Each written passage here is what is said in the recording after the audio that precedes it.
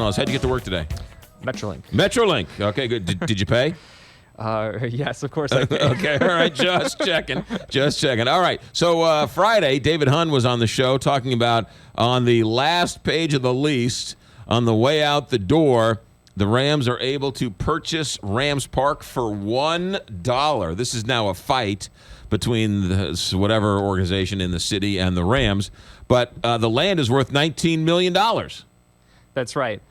The Rams have an option to purchase the property, Rams Park, Yes. for $1 in 2024. Yes. And this is the you would have thought that we were done with the Rams. I really thought, everyone would have thought, okay, they're done now. This lease can't hurt us anymore. There's Right. nothing more they can do to us. Right. And then you have this coming up where they just basically said, okay, the organization you're talking about that owns the land is the Regional Sports Authority, at the RSA. They own that land. They also own the dome. They are that publicly funded body that gets all of that money from the state, all of that money from the city, all of the money from the county. Right. And they also own the Rams Park, which they have been leasing at the price of basically like a song to the Rams. I Right. mean, the cost per year is basically like an expensive 2-bedroom apartment.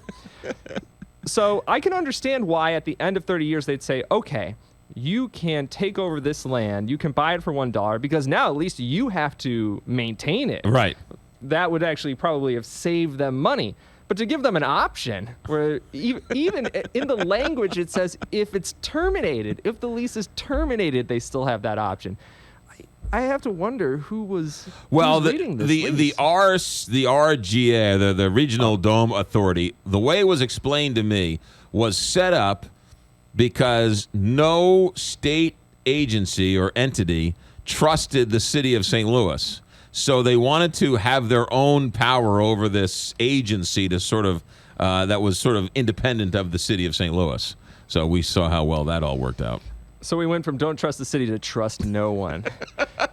This is actually a really interesting point with this lease that who knows what else is in it. Because I remember about this time last year, we contacted the RSA and I wanted to know their current financials, and I wanted to see the lease that they had with the Rams. Right. And they contacted us back and said, we don't have a digital copy of it. We're gonna have to photocopy each page, Right. and you're gonna have to pay. Should for ask the me. waiver and I have a copy of the photocopy. lease. You've got a copy of it. I have a copy. We didn't, and we basically said, okay, we'll just take the current financials and we won't take the lease. Mm-hmm. And now I really wish that I had taken the lease. Right. I'd paid those whatever hundreds of dollars they were, gotten that lease, and actually read through it, because what did they do next? Did they promise that Kroenke could take the Arch in 2030 or something like that? I mean, who knows? It's unbelievable. But now the fight is in the courts.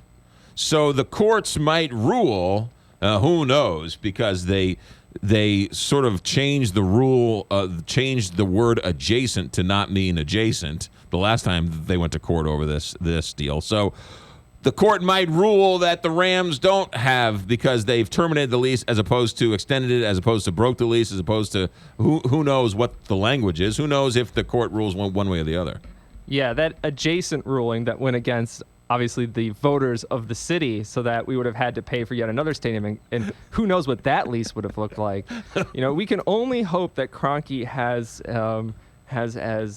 But the Rams want this. The Rams have signaled, Yeah. hey, we want to buy this for $1. Yeah, it's true, and we can assume that the Rams lawyers actually want to win the case, as opposed to that was an open question when the city. We'll get to that in a second. David Hunn brought up on Friday, I guess, when he was on the show, that is within a stone's throw of that new development in Maryland Heights that they want all that TIF money for. So that is a perfect location for all sorts of things. I think at one point we have to all sit down and calculate just how much money the St. Louis area has given and in the future possibly will give to the Rams organization and organizations affiliated with the Rams ownership. Because at this point we're talking, I don't know, hundreds of millions of dollars? What is it at this point? Each time, you have this one where they are allowed to buy Rams Park for $1 that's valued at $19 million. A couple weeks ago, I don't know if you saw the story where they were writing into their contracts workers' comp rules in Missouri because it was cheaper for them to buy workers' comp out of Missouri than it was out of California. So they were writing Missouri work comp laws into their contracts. I remember that story, and the Players Association was not happy Right, about that at all. right. So that hopefully that all gets adjudicated in a good way. But let's go to the lawsuit that the judge ruled on here in Missouri. Not only did he say that adjacent meant down the river and through the woods, and in and around the interstate, but they also said that the ordinance that the city voted on that said, and I'm paraphrasing but pretty close, no public monies for a stadium without a vote of the people, was too vague. Yeah, too vague.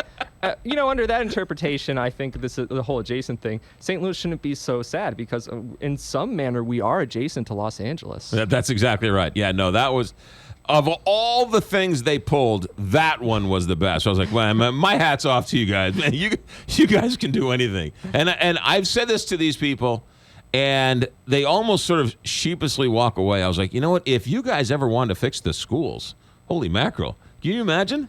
Can you imagine if they put the full weight that they gave trying to build the stadium for the Rams towards fixing the schools, we'd have the world's best schools. And it's not just that. When I go around to lots of different city bodies talking about reform, whether it's reforming the business code or the taxi cab code, or even talking about getting rid of the earnings tax, they always say there's no way, nothing can be done, we can't figure it out, it can't happen. But the creativity they showed when the Rams were possibly leaving for Los Angeles I actually was impressed. I no question. Was impressed. Yes, that's the only way. You only had to tip your cap and say, I'm in the presence of greatness. Like I said, I think if Stan Kroenke had asked for a plan to get rid of the earnings tax, they might have actually come up with one just to please him. On a side note, did I hear that the Home Depot on Hanley is closing down? I haven't heard that. So I think the Home Depot on Hanley's closing down, which means that the Menards and the Lowe's, right, all right there in that like tri-corner of Clayton, Richmond Heights, and Maryland Heights, I guess, or Brentwood, Richmond Heights, and Maryland Heights, or whatever it is sort of, so one TIF, I guess, beat out the other TIF. A lot of times they claim, oh, look, we brought this property here with this TIF. With this incentive, we brought this. But in the long run, none of this growth actually seems to come to anything. So what you're actually probably seeing is people just poaching developments from across the street, and everything sort of cancels each other out. And in the end, some people got tax breaks, and most of the people who are setting up small businesses did not. That's exactly right. And all the people who were selling hardware goods, who were living in the community for 100 years, well, they're off on the breadline because their government decided that giving a big box store was much more important than actually helping the small business, or just letting the nature work out its natural selection, supposedly. All right, Joe Miller, when can we read you? When can we see you? You can read everything we write about this stuff at showmeinstitute.org. All right, get back on Metrolink. Don't forget to pay, and we'll talk to you next Monday. Thanks for having me. 8:45, Big 550, KTRS. Let me talk to you about Bowen Dental